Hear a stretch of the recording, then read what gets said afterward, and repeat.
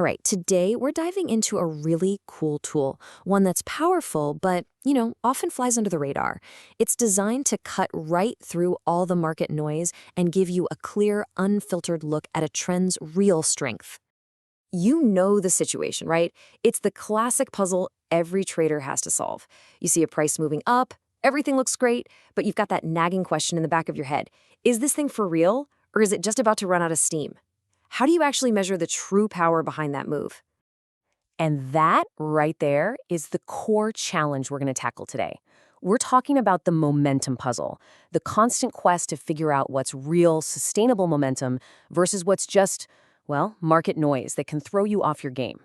So, to solve this very problem, a technical analyst named Tushar Chande developed a brand new indicator way back in 1994.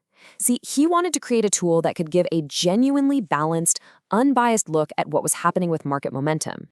And what he came up with is called the Chande Momentum Oscillator, or just CMO for short. Now, what makes it so special? It's a really simple but powerful idea. It directly compares the total strength of all the recent gains to the total strength of all the recent losses. And here's the absolute key to it all. A lot of other momentum indicators can get kind of skewed. They might favor one side over the other. The CMO is different. It was built from the ground up to weigh the up days and the down days equally. This gives you a much more complete picture of momentum without any built-in bias. Okay, so how does the CMO actually pull this off? How does it get that perfect balance? Let's pop the hood and see how it works, because the logic is actually pretty intuitive. Honestly, the best way to think about it is like a giant game of tug-of-war for the price. You've got the buyers on one side, pulling the rope up on the gain days. And on the other side, you've got the sellers, trying to yank it down on the loss days. The whole calculation is basically a three-step dance. First, it looks back over a certain period, let's say 20 days, and it adds up all the positive price moves. That's your sum of gains. Then, it does the exact same thing for all the negative moves to get the sum of losses. And finally, it compares those two totals to create a single score that swings between negative 100, which is pure seller control, and positive 100 for pure buyer control. Okay, so now we know how it's built. But what does that score actually tell us? How do we turn that number into something we can actually use to read the market? This is where the CMO really starts to become a practical tool. So when you see that CMO line push up and cross above the plus 50 level, that's generally seen as an overbought signal. It's a little warning flag suggesting that, hey, this upward momentum might be getting a bit stretched.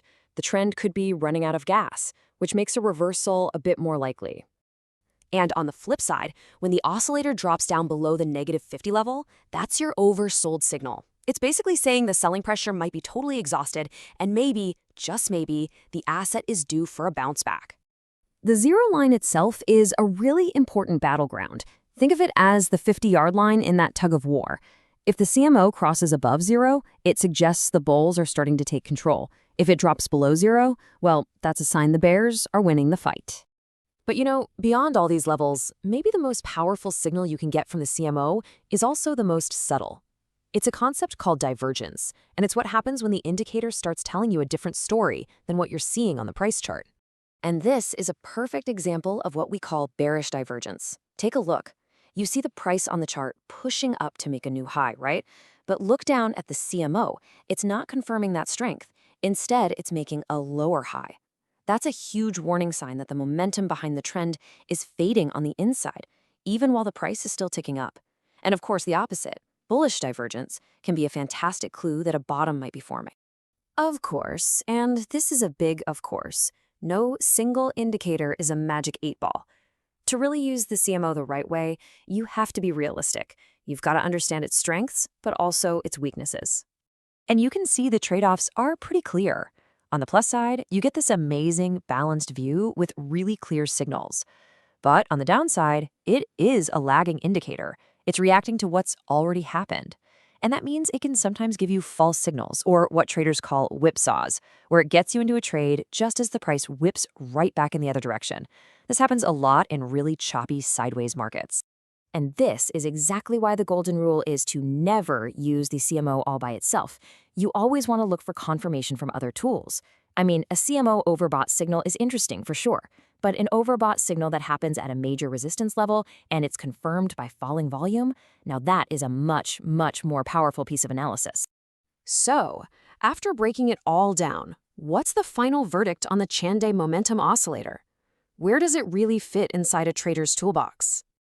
It is an incredibly effective tool for one very specific job, spotting momentum extremes to help you identify potential trend reversals early. It really shines when you understand its context and use it as one piece of a bigger analytical puzzle. At the end of the day, every price chart is telling two competing stories at the same time, the story of the bulls and the story of the bears.